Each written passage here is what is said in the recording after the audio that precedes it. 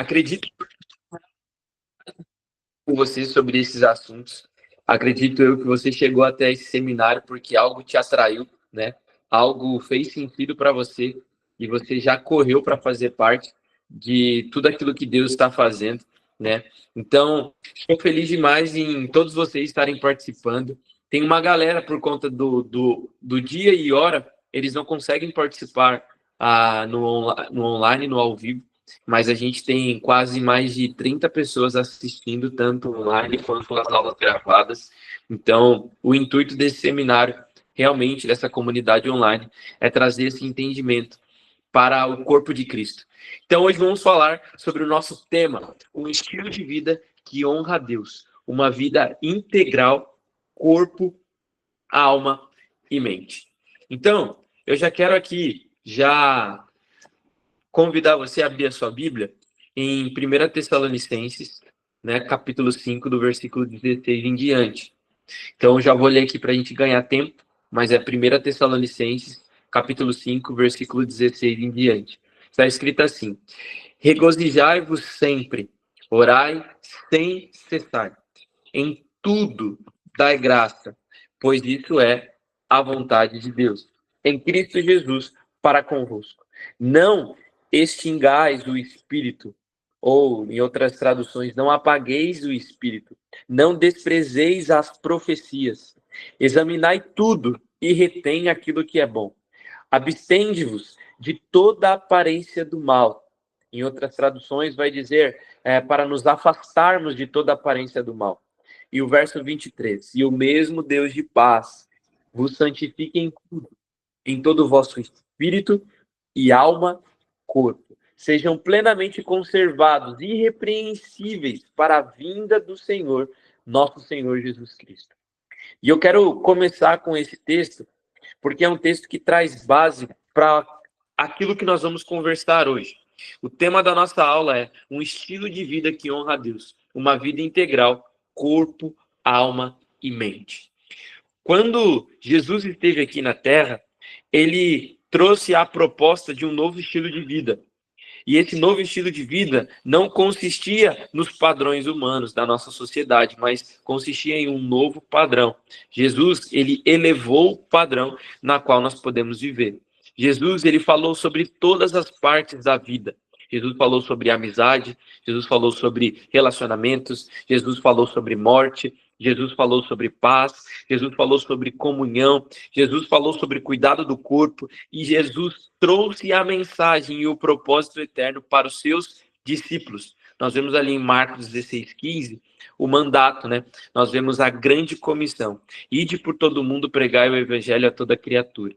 Mas o interessante é que na mesa, nós usamos lá 1 Coríntios capítulo 11 para falar sobre a ceia do Senhor. E o interessante é que nós comemos e bebemos até que ele venha. Nós estamos na mesa em memória de Cristo para nos lembrar de um propósito. Nós ceiamos por causa de um propósito. Nós estamos à mesa com Cristo por causa de um propósito. Nós somos filhos por causa de um propósito. E qual é esse propósito? Viver o evangelho e pregar o evangelho. Na Jocum nós falamos sobre conhecer a Deus e fazê-lo conhecido. E nós vemos que Paulo, que escreveu 1 Tessalonicenses, para você entender o contexto, tá? Essa carta foi escrita endereçada à igreja tessalônica. Mas qual era a treta dessa igreja? O que estava acontecendo? Os irmãos que estavam se acrescentando ali, conhecendo a Jesus através dos ensinos dos apóstolos, estavam com o coração queimando tanto, que ao ponto de deixarem suas obrigações, deixarem os seus ofícios, deixarem tudo que eles estavam fazendo antes de conhecer a Deus, para viver somente do relacionamento com Deus. Ou seja, Paulo estava lidando com uma igreja que estava parando de trabalhar, parando de cuidar do seu corpo, parando de cuidar das suas emoções, vivendo em um desequilíbrio. E nós entendemos que o evangelho, ele é de modo integral para o homem integral. E Jesus, ele tem essa consciência e ele ensinou isso aos seus discípulos. E agora nós vemos o apóstolo Paulo olhando para a igreja de Tessalônica e dizendo: irmãos, vocês precisam voltar a trabalhar. Irmão, vocês precisam ter equilíbrio em vossa vida. Havia imaturidade na igreja em Tessalônica. Por isso que Paulo termina essa carta dizendo: o Deus de paz quer vos santificar de maneira completa, corpo, alma e espírito. Vocês precisam estar em comunhão com Cristo no espírito, mas vocês não podem deixar que o ofício, o trabalho de vocês entre em desequilíbrio. O cuidado do corpo, a consciência integral do homem não pode andar em desequilíbrio, pois todo desequilíbrio é um pecado. Quando você está em suas emoções, como eu posso dizer, em uma montanha-russa nas suas emoções, você está em desequilíbrio. Quando o seu corpo, você não está agindo de forma em cuidar do seu corpo, de todas as formas que é possível para você, você entra em um desequilíbrio. Quando você não tem uma vida de relacionamento com Deus, oração, leitura da palavra, jejum, intercessão, você entra em um desequilíbrio. O homem responde à vida dessas três formas. O homem responde o evangelho e responde o relacionamento dele com Deus dessas três formas. E como nós vemos hoje esse distanciamento? Esse distanciamento não aconteceu assim de uma hora para outra. Houve um processo. Depois da igreja primitiva, passou-se reinos e mais reinos. Nós vemos Roma, nós vemos Grécia, nós vemos os bárbaros, nós vemos as inquisições, nós vemos o evangelho sendo espalhado, até chegar ao ponto chamada a Idade das Trevas, onde a igreja católica, isso é histórico, tá? A igreja católica tinha domínio quase de todo o globo. Todas as nações conheciam o evangelho através da igreja católica. Mas a igreja católica começou a fazer algo chamado dualismo. O que é o dualismo? Dualismo é a divisão. O corpo passou a não ser tão necessário e o espírito passou a ser muito necessário. Lembra dos monges? Lembra dos lugares onde as pessoas ficavam ali enclausuradas naqueles monastérios, vivendo uma vida para Deus, somente para Deus? Esse entendimento passou a ser não somente para esses monges, mas sim para o entendimento de todo cristão.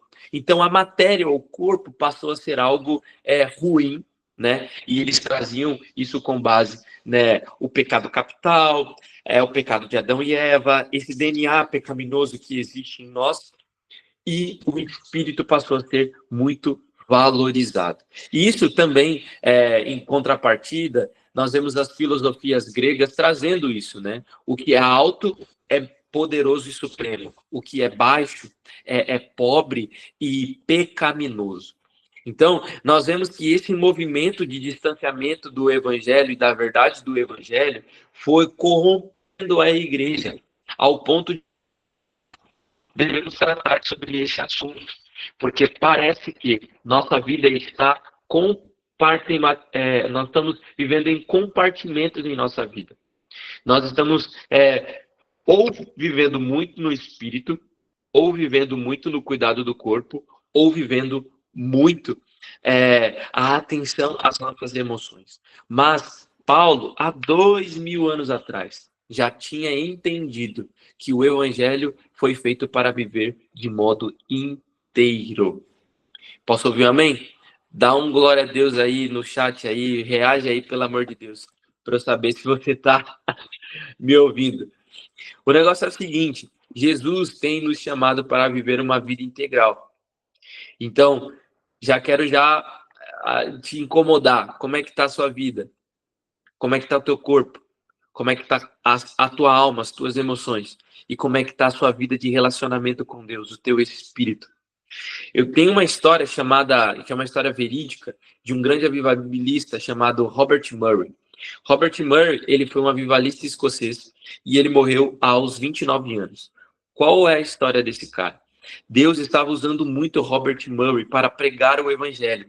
As pessoas estavam se reunindo, os estábulos estavam cheios, as praças estavam cheias, os lugares públicos estavam cheios. Para quê? Para ouvir Robert Murray pregar o evangelho.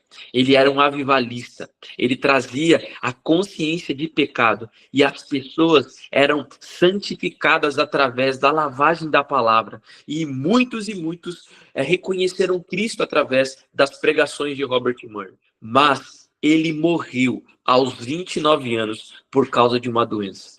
O testemunho vai contar que esse homem, esse jovem, ele reconheceu no leito da sua morte que o problema de saúde dele nada mais era do que uma falta de entendimento que ele precisava cuidar de sua saúde.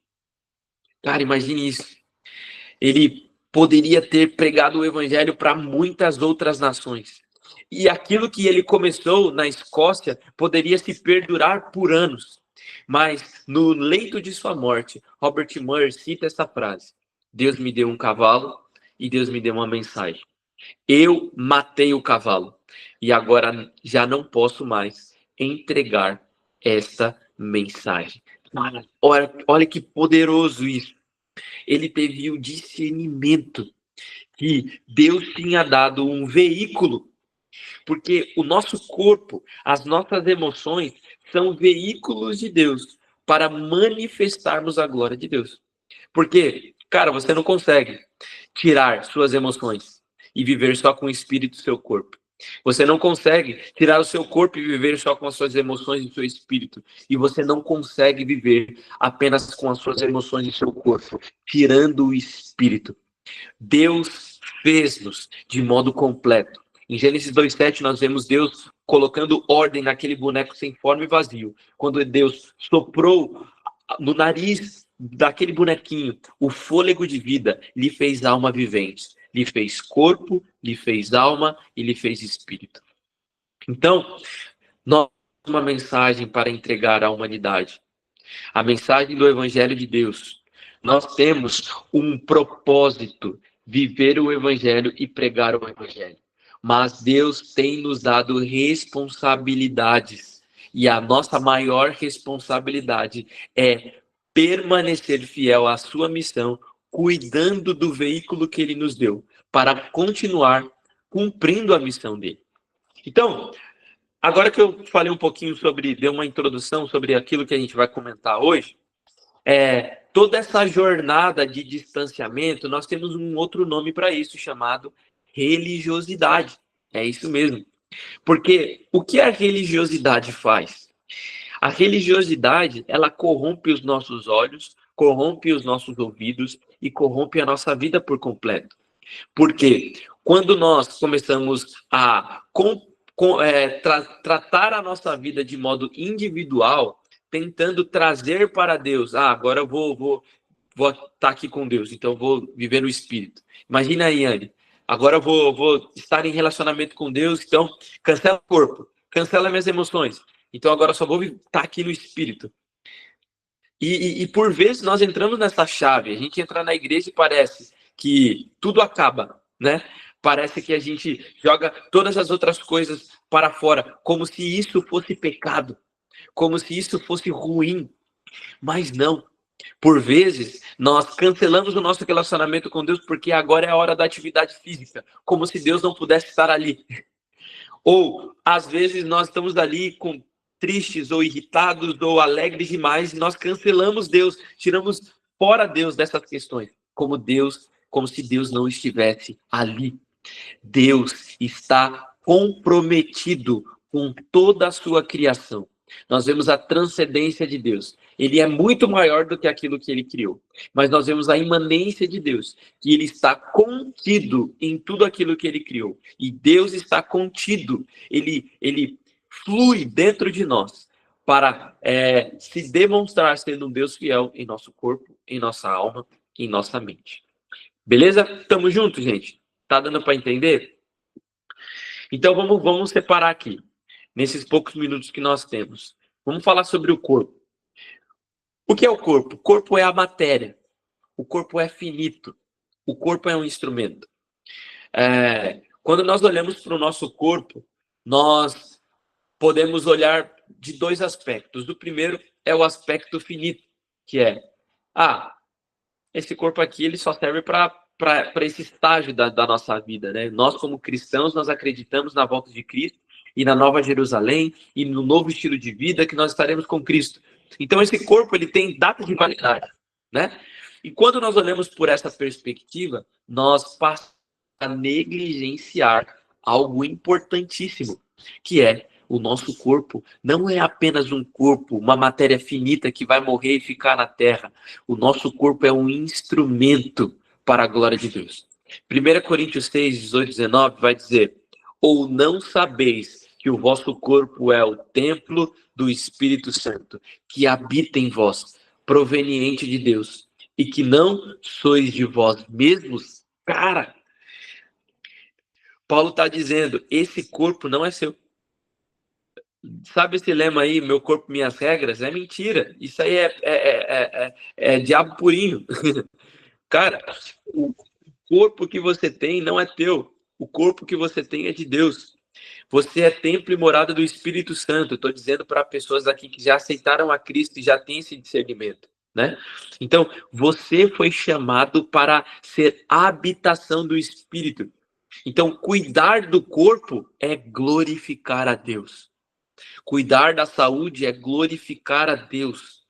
Ou vós não sabeis que esse corpo é templo e morada do Espírito? Agora, olha para o teu corpo aí. Dá uma olhadinha aí. Vê se o Espírito está localizado. Vê se esse corpo aí é um corpo apto para receber o Espírito. Faz quanto tempo que você não vai no hospital fazer um check-up? Qual foi a última vez que você tomou uma vitamina? A Taliane veio aqui e trouxe aquelas tabelas de nutrição, né? E, cara, como nós estamos negligenciando essa parte de nossa vida.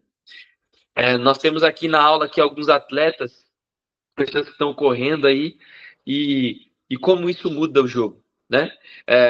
Na corrida passada que eu fiz, o cara que ficou em terceiro lugar, ele tinha 61 anos. Cara, ele passou por mim igual a bala. Eu nem vi ele passando, Jonatas. Eu só vi um puto passando, e quando eu vi, ele já estava lá na frente.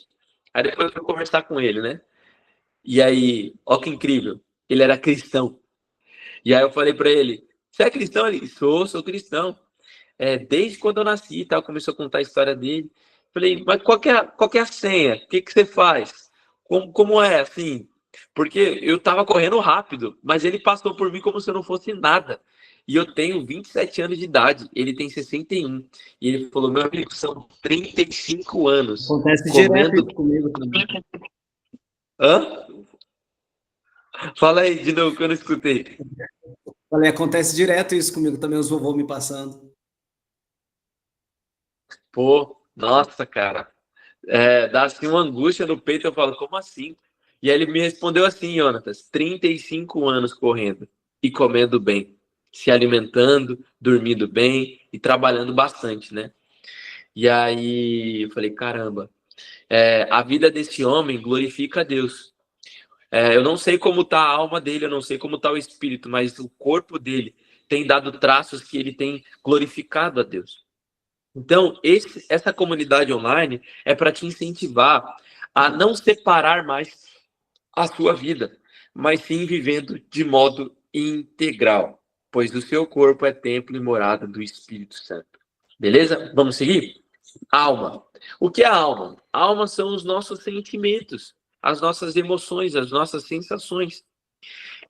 Você pode dizer, não, mas eu sou um cara equilibrado. Não, mas eu sou um cara que consigo controlar as minhas emoções. Eu sou uma menina que eu sou tranquila. Tá, beleza, mas vamos jogar um jogo competitivo aí, vamos ver se você continua tranquilo. Acontece um problema na sua vida, Manuel, e vamos ver se você consegue manter a frieza. Lá no fundo, nós sabemos que nós temos emoções, sentimentos. No dia mal, quando a tristeza bate, ou quando acontece algo incrível e maravilhoso, assim, e você fica feliz demais. Nós temos emoções. Nós não conseguimos esconder essas emoções. No fundo, nós sabemos que nós temos. Nós temos um personagem bíblico que ele trata muito sobre isso, né? Que é Davi. Davi foi um homem que lidou com as suas emoções. Davi foi um homem que entendeu que as suas emoções tinham um lugar em Deus. Então nós vemos os salmos, ele falando sobre salmos de tristeza, salmos de alegria, salmos até que ele olha e fala assim: Deus, quebra os dentes dos meus inimigos. Cara, ele deveria estar muito irritado para falar um negócio desse. Mas também nós vemos salmos onde Davi olha e traz palavras tão profundas. Ele era um homem que entendia. Os nossos sentimentos e as nossas sensações têm um lugar em Deus. E nós precisamos devolver isso ao Senhor todos os dias. Nós precisamos ter amigos para quem conversar. Nós precisamos ter pessoas no nosso círculo na qual a gente vai dizer: eu não estou bem, eu estou precisando de ajuda, eu estou triste, eu estou com raiva. E o lugar de oração não é um lugar para mentira, o lugar de oração é um lugar para a verdade.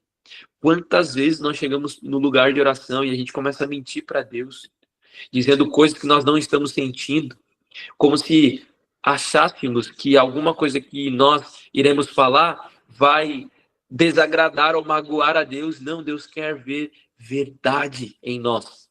Então, Filipenses vai dizer: não andeis ansiosos por coisa alguma, mas em tudo pela oração e súplica e com ações de graça apresente seus pedidos a Deus. Então, nós vemos que o salmista vai dizer, Salmo 94:19, quando a ansiedade já me dominava no íntimo, teu consolo trouxe alívio à minha alma.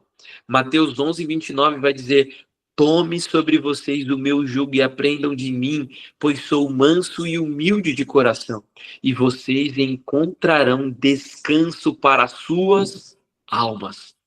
Meu amigo, Deus quer liberar sobre a sua vida descanso para a sua alma. Deus quer liberar para você, sua alma precisa de descanso. E esse descanso você encontrará em Cristo e também em sua comunidade de fé. Não seja esse macho alfa aí que você acha que você é, na qual você fica escondendo sensações e sentimentos. Não, você precisa compartilhar, principalmente com Deus. Em segundo, com amigos, pessoas que você confia.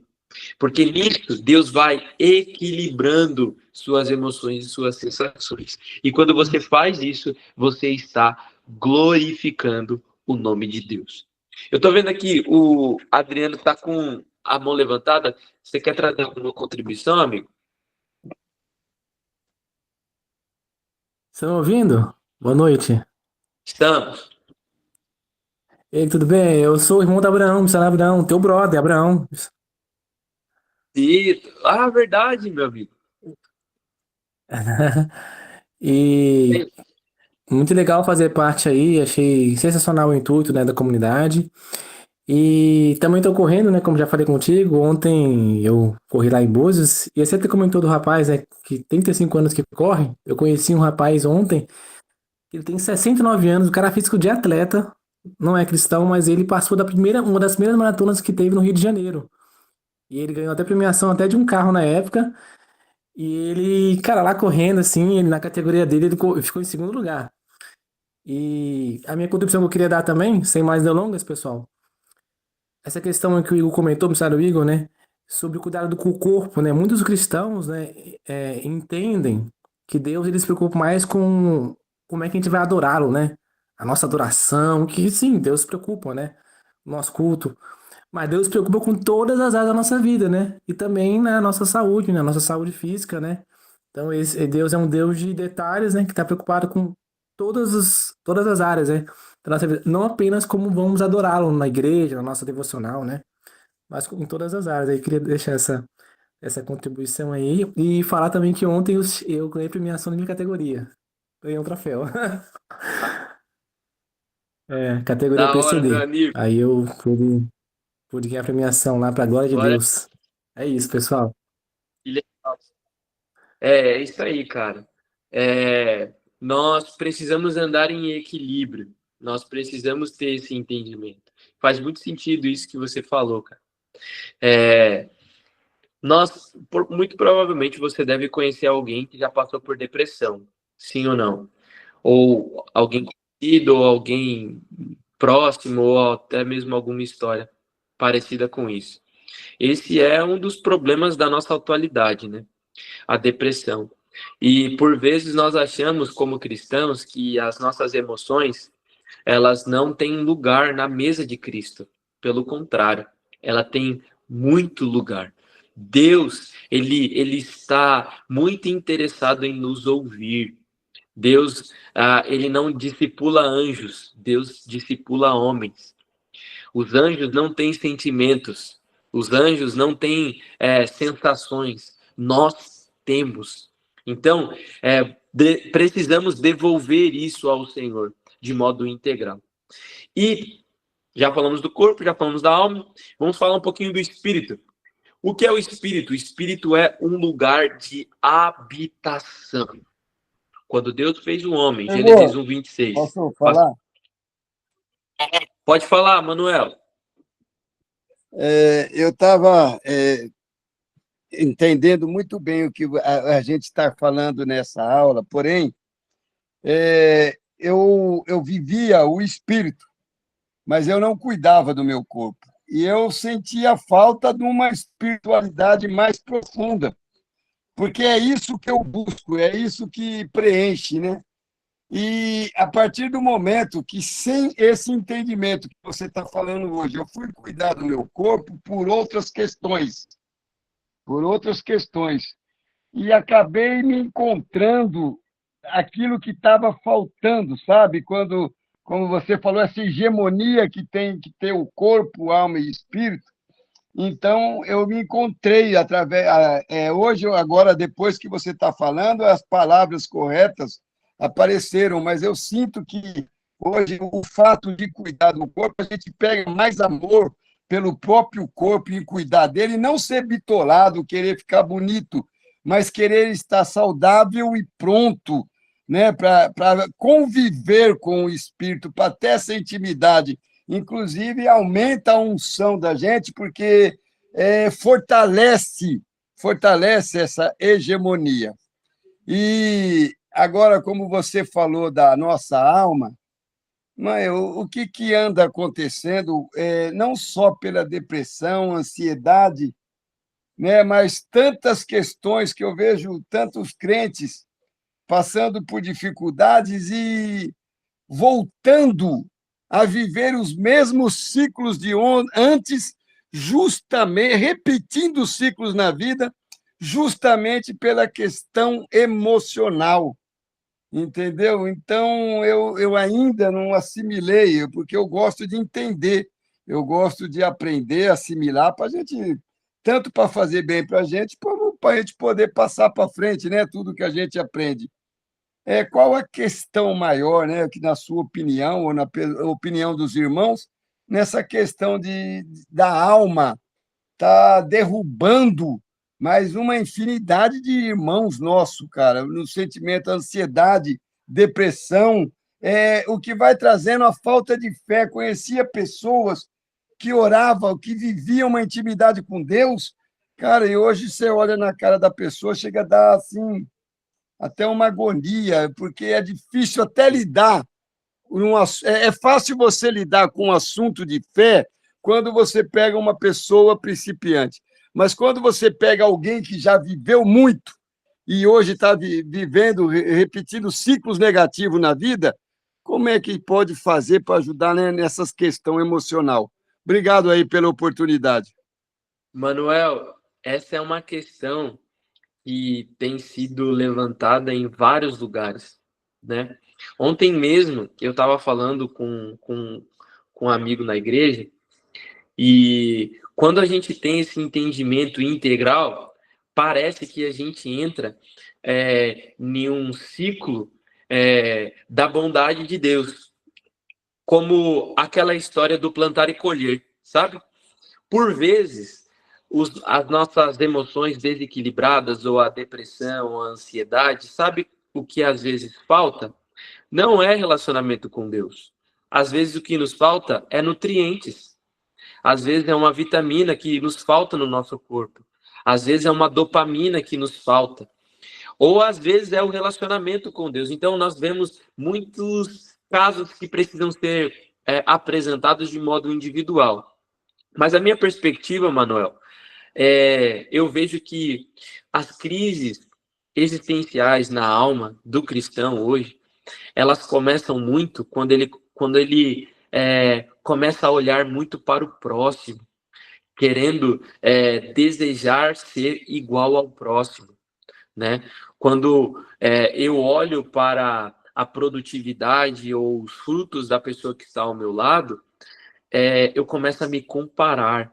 Eu acho que a comparação, cara, com as outras pessoas, quando ela é feita, porque eu acho que, na minha opinião, toda comparação ela é inválida, porque as pessoas não são iguais, as pessoas são indivíduos separados, com histórias separadas, com relacionamentos com Deus, é uma história totalmente diversa a outra.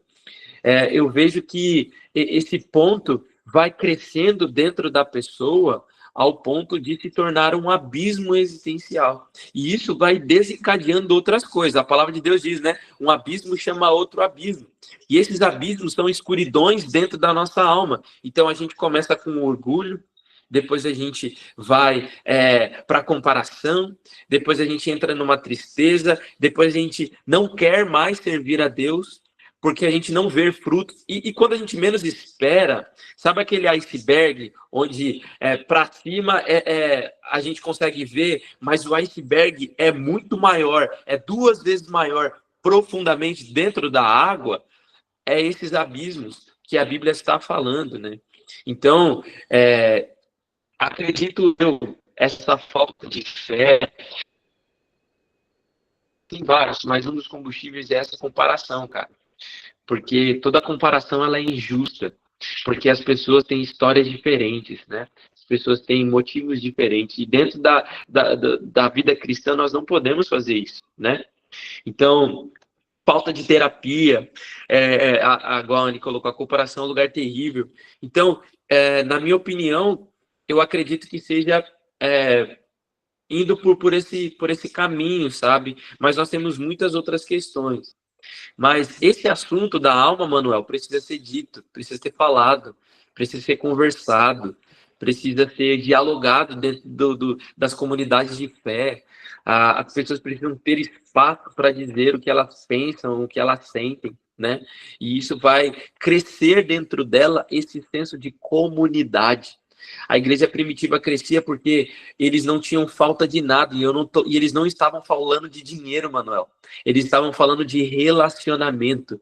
Comunhão não é fazer churrasco. Comunhão não é comer. Comunhão é conversar. Dar a nossa vida e receber a vida do outro. Isso é comunhão. Faz sentido o que eu estou falando? Então, beleza. Meu Deus, ó a hora. Vamos seguir. Vamos entrar no espírito.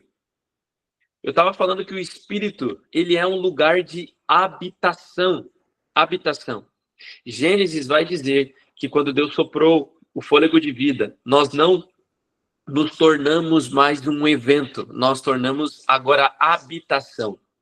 Então, para você entender, existe o Espírito de Deus e existe o Espírito dos homens.